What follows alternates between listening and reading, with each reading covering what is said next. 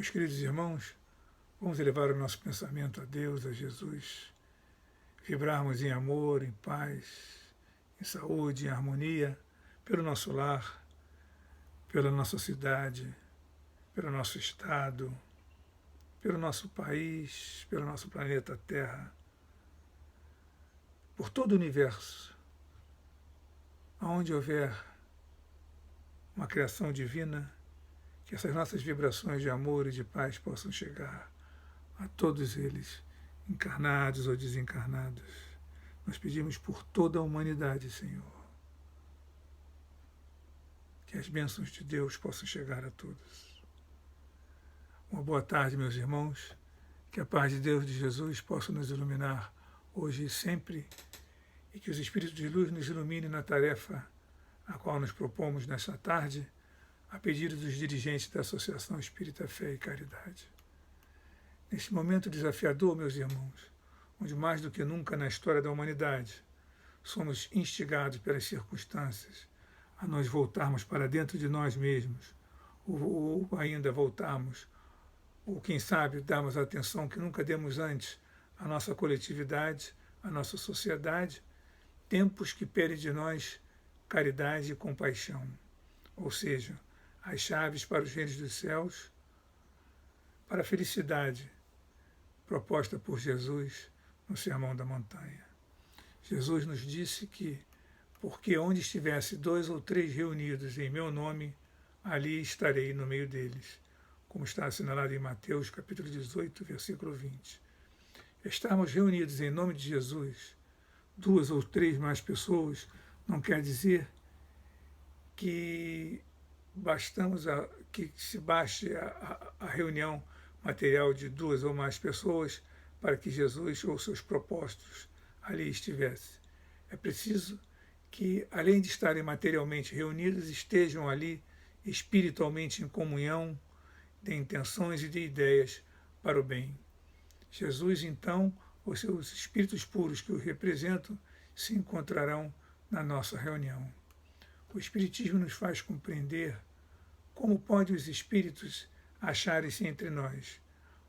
Comparecem com seu corpo fluídico ou espiritual e sob a aparência que nos levariam a reconhecê-los se se tornassem visíveis a nós ou a quem quer que tenha a mediunidade da vidência e que possa ver-os com os espíritos.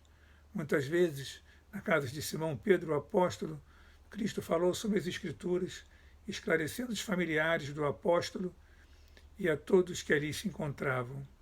A civilização atual, um tanto quanto aturdida pela rapidez da tecnologia e muitas vezes esquecidas da boa conduta moral, atropelada pelos acontecimentos recentes, em razão de momentos desafiadores, como falei anteriormente, torna esse momento mais do que nunca um momento oportuno para relembrarmos os encontros ocorridos entre Jesus e seus apóstolos.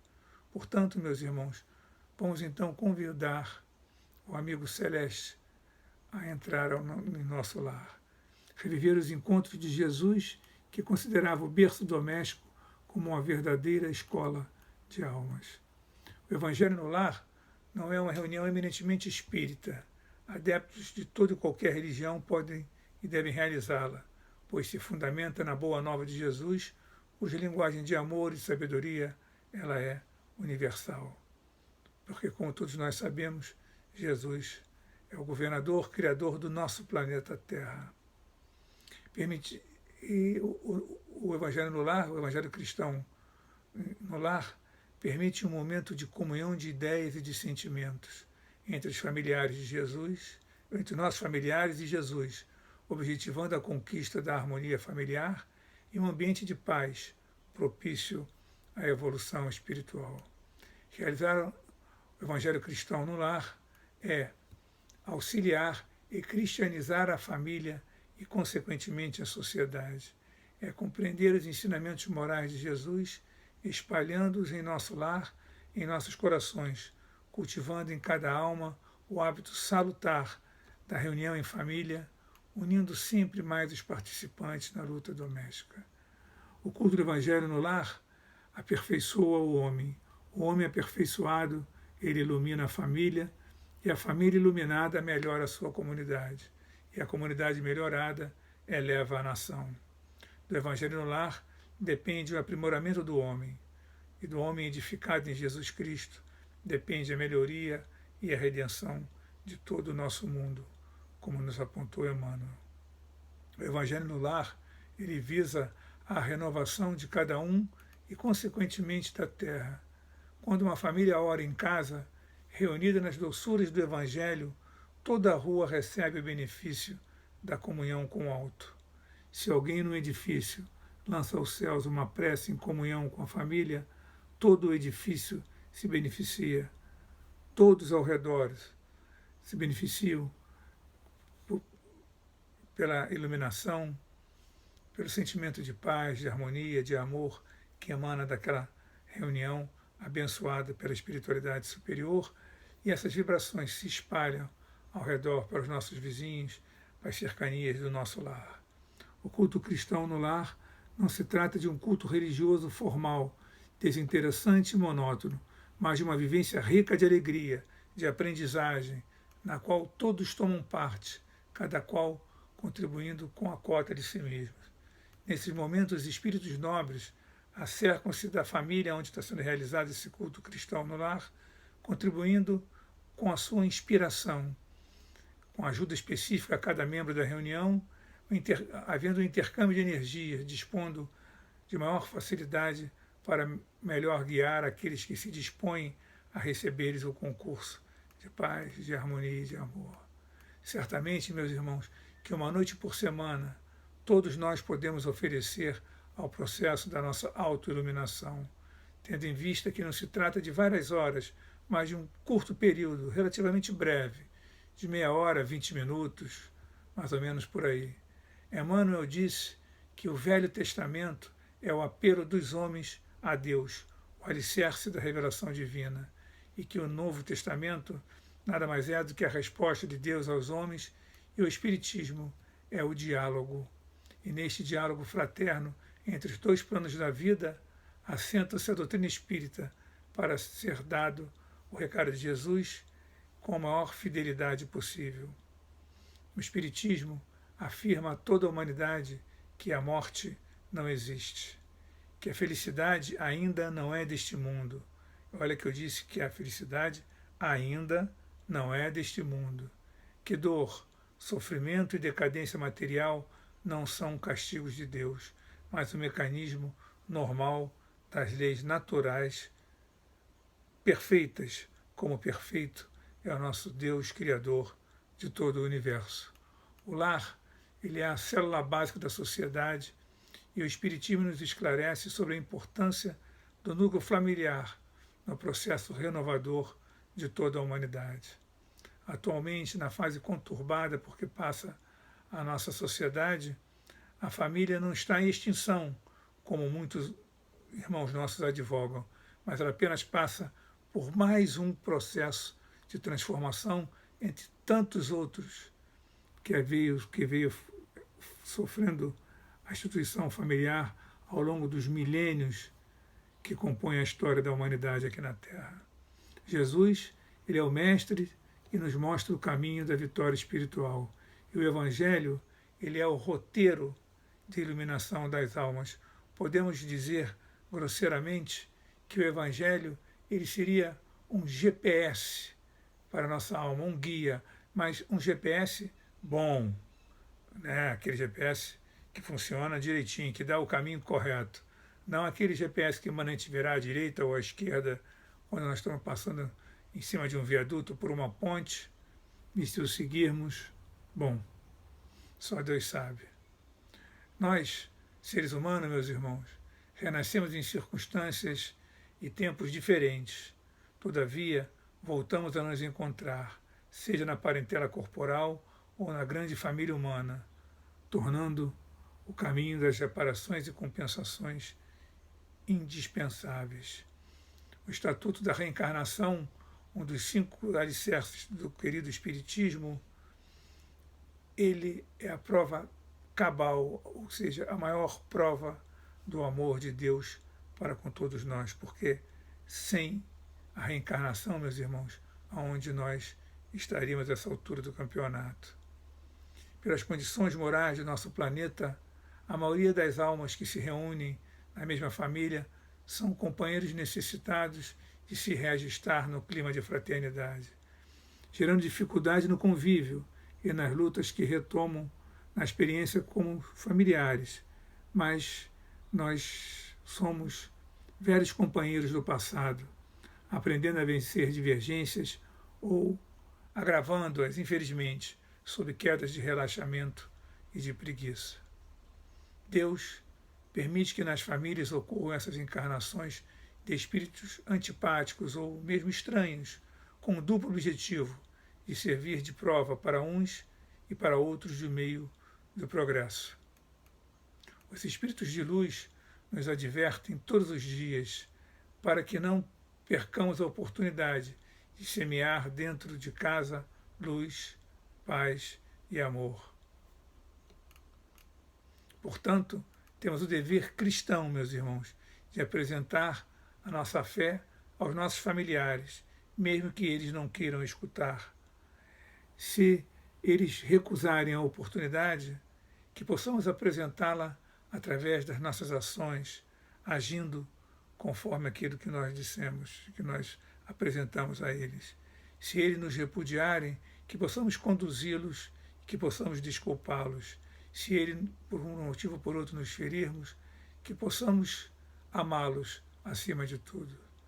Meus irmãos, pelo menos uma vez por semana, devemos reunir a nossa família e felicitá-la com o Espiritismo, criando assim e mantendo o culto evangélico, para que a diretriz do Mestre seja eficiente rota de amor e de sabedoria em nossa casa, um rumo correto para as nossas vidas, para as nossas decisões. Realizar o Evangelho no lar é, acima de tudo, meus irmãos, uma lição de esforço, perseverança e confiança no alto. Mesmo estando sozinho, ou quando os demais membros da nossa família não queiram participar do Evangelho, devemos fazê-lo de qualquer modo, em qualquer cômodo da casa, sempre no mesmo dia e na mesma hora, na esperança de que cedo ou tarde, através dos nossos exemplos e da nossa perseverança, e principalmente pelas mudanças que a realização desse Evangelho opera em nossos caracteres, eles se aproximarão e também participarão do Evangelho um dia, certamente. O Evangelho deve revestir-se da maior simplicidade possível, sem o uso de qualquer forma ou formato exterior, ele despojado de qualquer liturgia ou simbologia.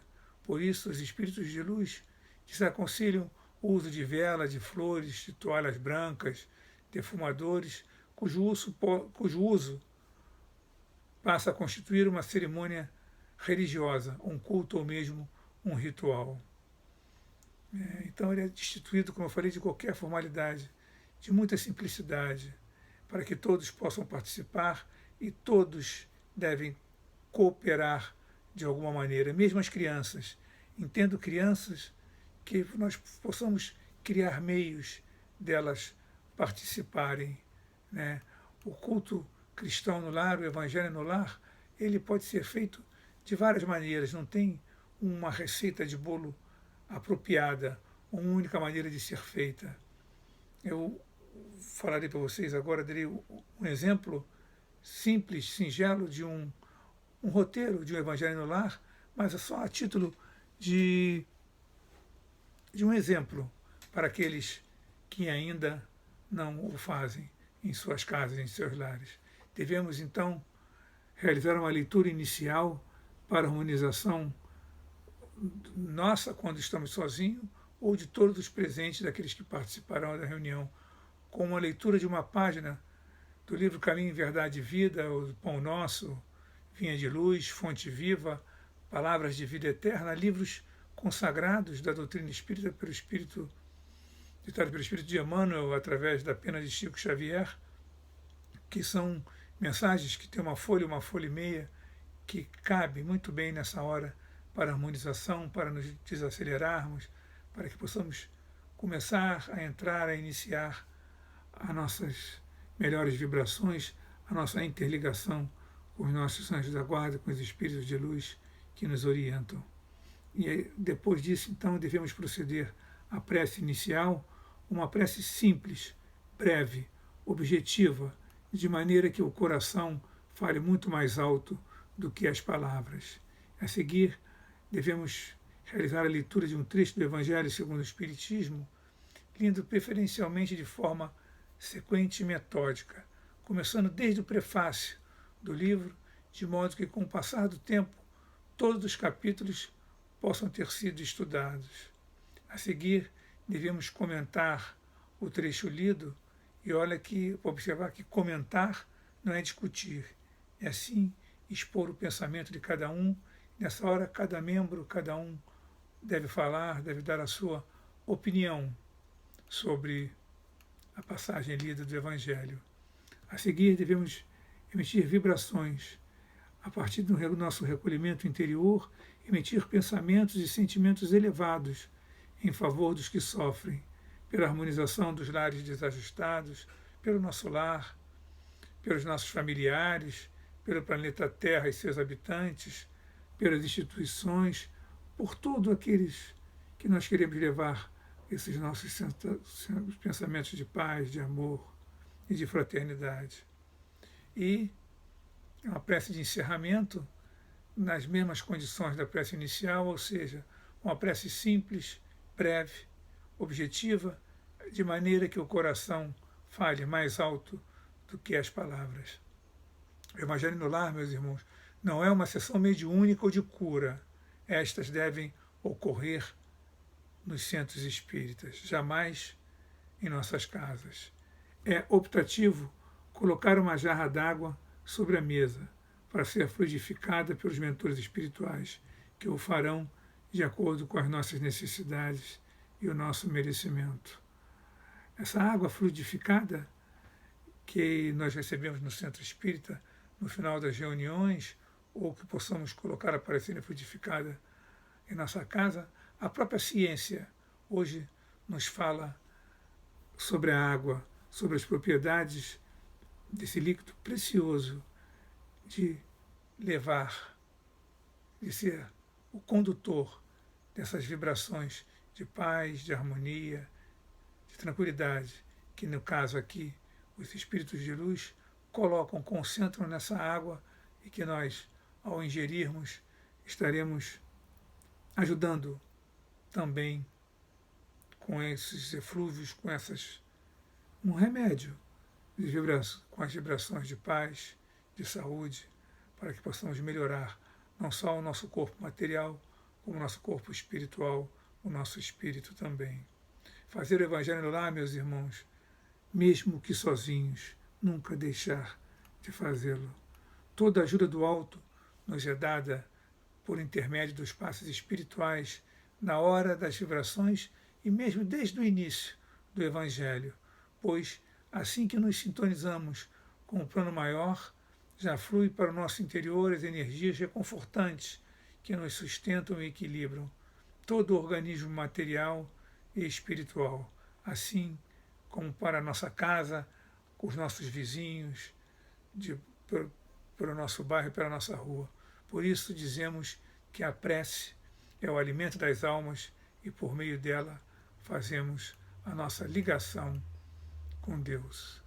Allan Kardec, em O Livro dos Espíritos, nas questões 459 a 471, por intermédio da resposta dos Espíritos, nos explica que a influência que eles exercem em nossa vida é maior do que supomos, porque muitas das vezes, com frequência, são eles que nos dirigem. Os espíritos inferiores a nós, ou mesmo da mesma condição que a nossa, não tendo ainda a capacidade de penetrar os nossos pensamentos, ou os pensamentos dos nossos companheiros, mesmo quando estão desencarnados, prestam atenção em nossas palavras e atitudes, avaliando-nos. Quando fazemos o Evangelho no lar, estamos esclarecendo também estes irmãos que por tantos motivos nos acompanham para todos os lugares, inclusive nos nossos lares. Quando lemos só com as vistas, para nós mesmos, eles não saberão do que se trata e não mudarão as suas disposições íntimas.